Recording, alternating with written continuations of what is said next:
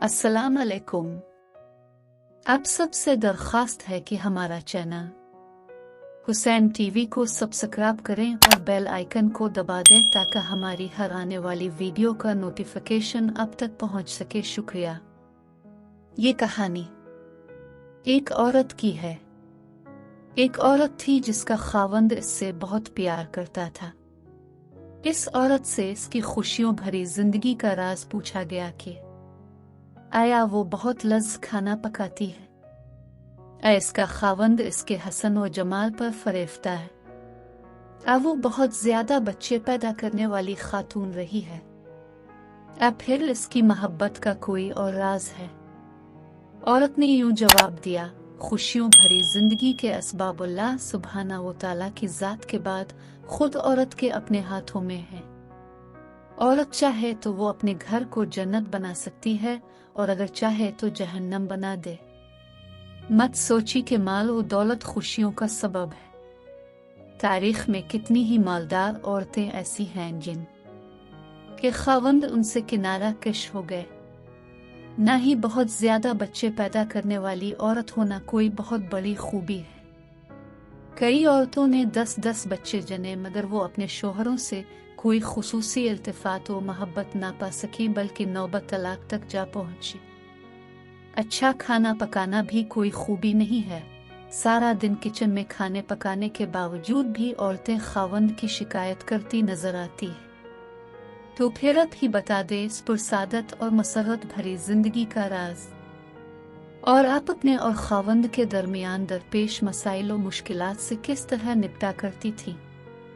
उसने जवाब दिया, जिस वक्त मेरा खावंद गुस्से में आता और बिलाशुबा मेरा खावंद बहुत ही गुस्सैला आदमी था, मैं इन लम्हात में निहायत ही एहतराम के साथ मुकम्मल खामोशी इख्तियार कर लिया करती थी। एहतराम के साथ खामोशी यानी आंखों से हिकारत और तंजियापन न झलकी। आदमी बहुत अक्लमंद होता है, ऐसी सूरत हाल को भांप लेता है।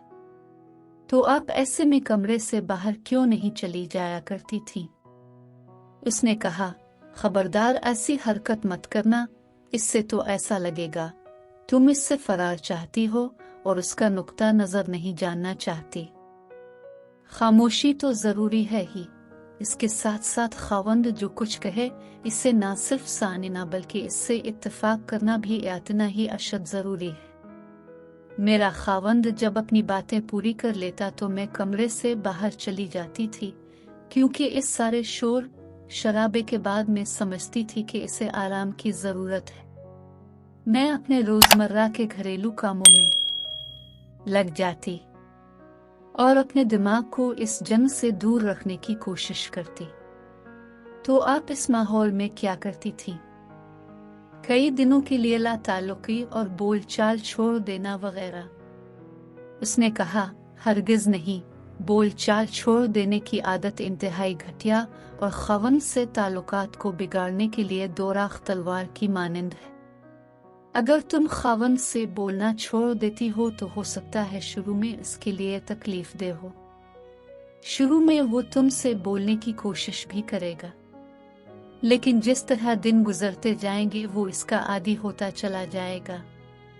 तुम 1 हफ्ता के लिए बोलना छोड़ोगी तो इसमें तुमसे 2 हफ्तों तक न बोलने की इस्तेदाद पैदा हो जाएगी और हो सकता है कि वो तुम्हारे बगैर भी रहना सीख ले।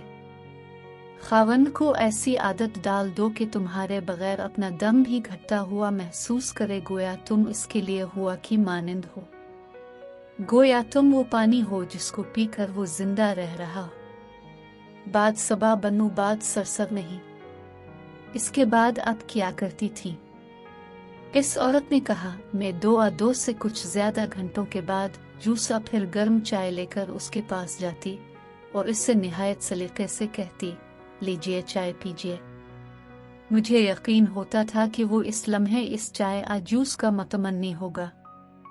मेरा ये अमल और अपने खावंद के साथ गुफ्तगू उस तरह होती थी कि गोया हमारे दरमियान कोई गुस्से या लड़ाई वाली बात सिरे से हुई ही नहीं, जबकि अब मेरा खावंद ही मुझसे इसरार करके बार बार पूछ रहा होता था कि क्या मैं इससे नाराज तो नहीं हूँ।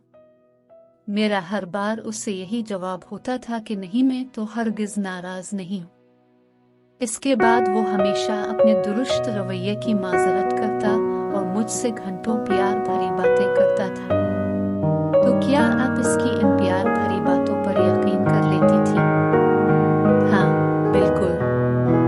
میں جاہل نہیں ہوں کہ میں اپنے خاوند کی ان باتوں پر تو یقین کر لوں جو وہ مجھے غصے میں کہہ ڈالتا ہے، اور ان باتوں کا یقین نہ کروں جو وہ مجھے محبت اور پرسکون حالت میں کہتا ہے۔ تو پھر آپ کی عزت نفس کہاں گئی؟ کیا عزت اسی کا نام ہے کہ تم غصے میں آئے ہوئے ایک شخص کی تلخ باتوں پر تو یقین کر کے اسے اپنی عزت نفس کا مسئلہ بنا لو، مگر اس کی ان باتوں کو کوئی اہمیت نہ دو جو وہ تمہیں پیار بھرے اور پرسکون ماحول میں کہہ رہا ہو؟ میں فوراً ہی اس غصے کی حالت میں دی ہوئی گالیوں اور تلخ و ترش باتوں کو بھلا کر ان کی محبت بھری اور مفید باتوں کو غور سے سنتی تھی۔ جی ہاں، خوشگوار اور محبت بھری زندگی کا راز